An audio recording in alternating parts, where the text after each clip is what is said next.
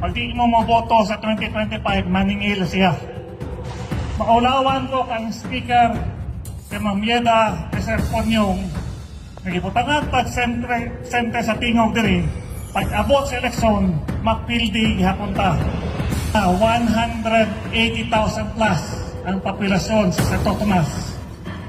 500 lang mo karon initial nga mga leaders ang atong gitagaan. Naunahon na to ang mga leader.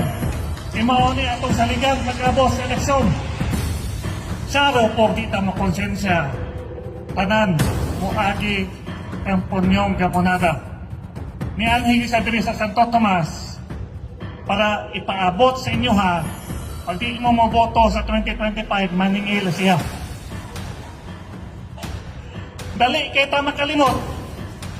Mihatag tag 5 billion, matag tuig, 15 billion sa akong first term, gikambyo ko ninyong manok. Huna-huna 180,000 plus ang populasyon sa Santo Tomas.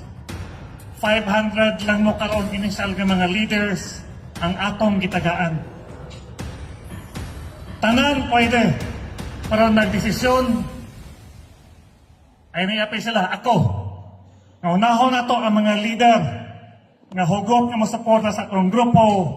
Imaon ni atong saligang mag-abot sa eleksyon.